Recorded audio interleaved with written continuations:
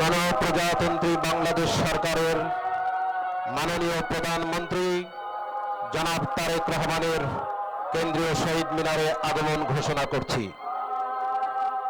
মাননীয় প্রধানমন্ত্রীকে অভ্যর্থনা জানালেন ঢাকা বিশ্ববিদ্যালয়ের মাননীয় উপাচার্য অধ্যাপক ডক্টর নিয়াজ আহমেদ খান এবং মহান শহীদ দিবস ও আন্তর্জাতিক মাতৃভাষা দিবস উদযাপন কমিটির সমন্বয়কারী অধ্যাপক ডক্টর মোর্শেদ হাসান খান। অভ্যর্থনা সমন্বয় কমিটির আহ্বায়ক কলা অনুষদের ডিন অধ্যাপক ডক্টর মোহাম্মদ সিদ্দিকুর রহমান খান এবং উদযাপন কমিটির সদস্য সচিব ঢাকা বিশ্ববিদ্যালয়ের প্রক্টর অধ্যাপক সাইফুদ্দিন আহমেদ। উপস্থিত রয়েছেন ঢাকা বিশ্ববিদ্যালয়ের মাননীয় উপাচার্য উপাচার্য প্রশাসন অধ্যাপক ডক্টর সাইমা হক বিদিশা, মাননীয় উপাচার্য শিক্ষা অধ্যাপক ডক্টর মামুন আহমেদ, মাননীয় কোষাধ্যক্ষ অধ্যাপক ডক্টর মোহাম্মদ জাহাঙ্গীর আলম চৌধুরী, উদযাপন কমিটির যুগ্ম সমন্বয়কারী বিজ্ঞান অনুষদের সম্মানিত ডিন অধ্যাপক আব্দুস সালাম এবং ফার্মাসি অনুষদের সম্মানিত ডিন অধ্যাপক ডক্টর সেলিম রেজা। দেশের বিশিষ্ট ব্যক্তিবর্গ, মন্ত্রী পরিষদের সদস্যবৃন্দ, বাংলাদেশে নিযুক্ত বিভিন্ন দেশের মান্যবর রাষ্ট্রদূত বৃন্দ সহ ঢাকা বিশ্ববিদ্যালয়ের পক্ষ থেকে বেদিতে উপস্থিত রয়েছেন সিনেট ও সিন্ডিকেটের সম্মানিত সদস্যবৃন্দ, বিভিন্ন অনুষদের সম্মানিত ডিন বৃন্দ, বিভিন্ন হলের প্রভোস্ট বৃন্দ এবং ঢাকা বিশ্ববিদ্যালয় অ্যালামনাই অ্যাসোসিয়েশনের নেতৃবৃন্দ।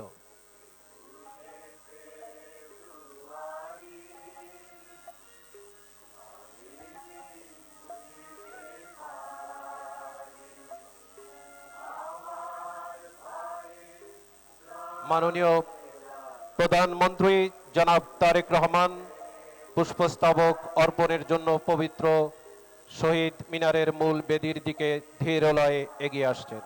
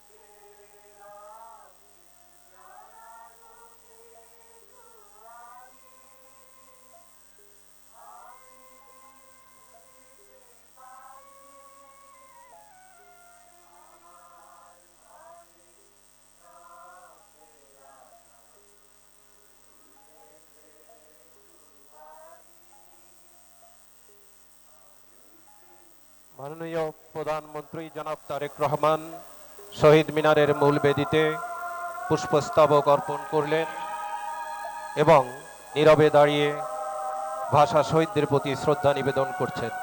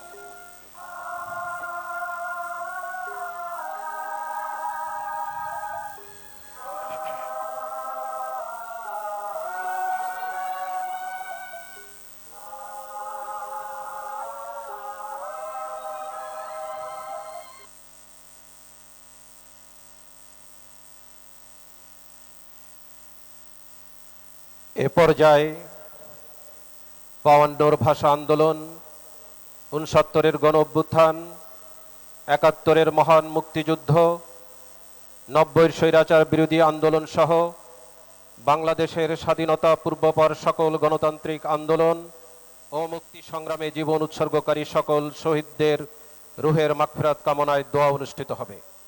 দোয়া পরিচালনা করবেন ঢাকা বিশ্ববিদ্যালয় কেন্দ্রীয় মসজিদের সিনিয়র ইমাম খতিব হাফেজ মাওলানা নাজির মাহমুদ।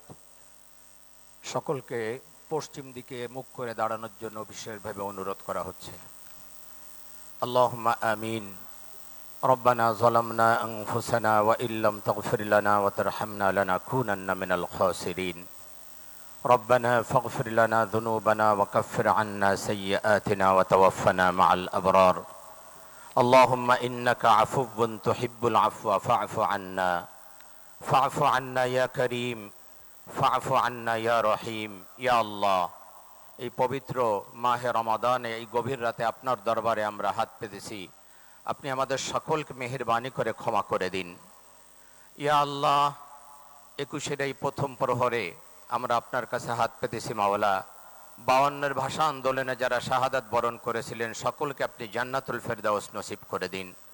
ইয়া আল্লাহ, 71-এ যারা শাহাদাত বরণ করেছিলেন, দেশমাতৃকার জন্য যারা জীবন উৎসর্গ করেছিলেন, স্বাধীনতার জন্য যারা জীবন দিয়ে গেলেন, তাদের সকলকে আপনি জান্নাতুল ফেরদাউস নসিব করে দিন।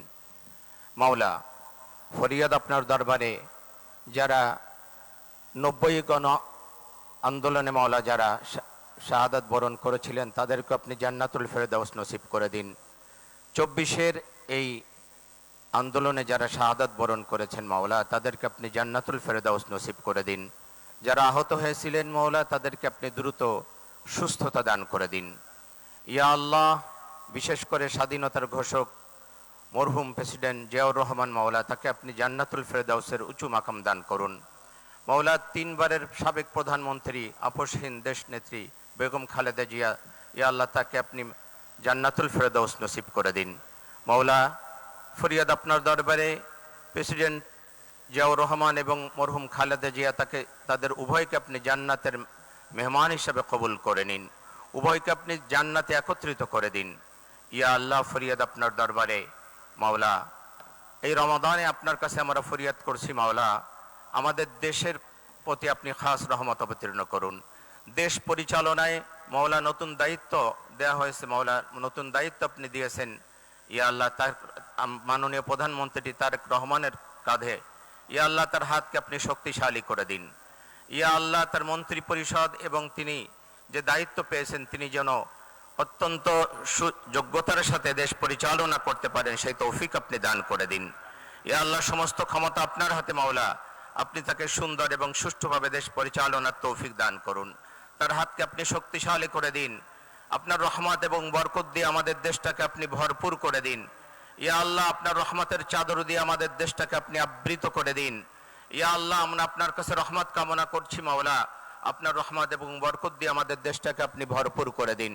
মাওলা, ফরিয়াদ আপনার দরবারে এই রমাদানে আপনার কাছে আমরা ফরিয়াদ করছি মাওলা, শান্তি এবং রহমত দিয়ে আপনি আমাদের দেশটাকে ভরপুর করে দিন। ইয়া আল্লাহ, আমরা সকলে মিলে ভাই ভাই কাঁধে কাঁধ মিলে যেন দেশের এবং জনগণের উন্নয়ন এবং মাওলা শান্তি প্রতিষ্ঠিত করতে পারি, সে তৌফিক আপনি আমাদেরকে দান করুন। ওয়া সাল্লাল্লাহু তাআলা আলা খায়রি খালকিহি মুহাম্মাদিন ওয়া আলিহি ওয়া আসহাবিহি আজমাইন।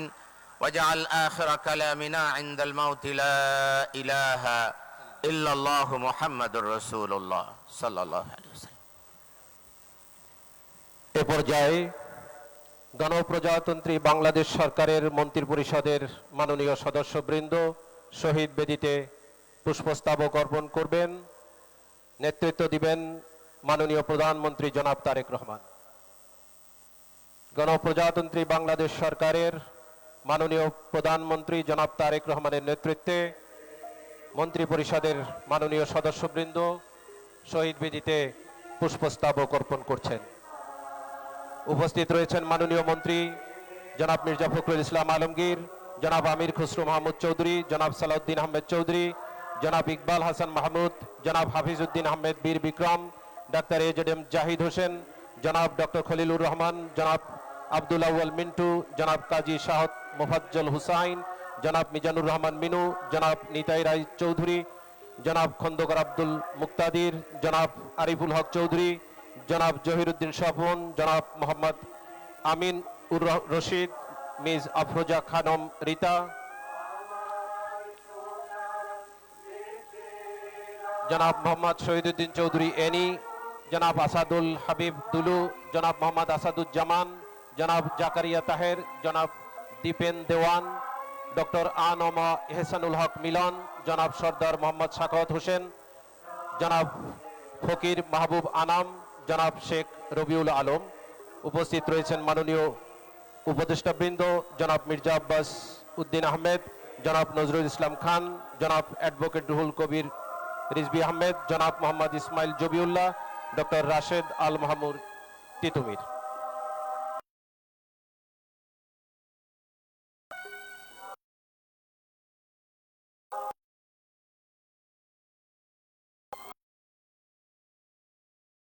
মন্ত্রী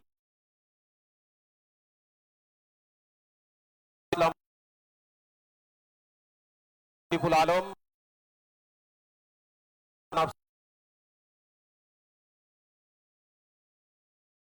জনাব মোহাম্মদ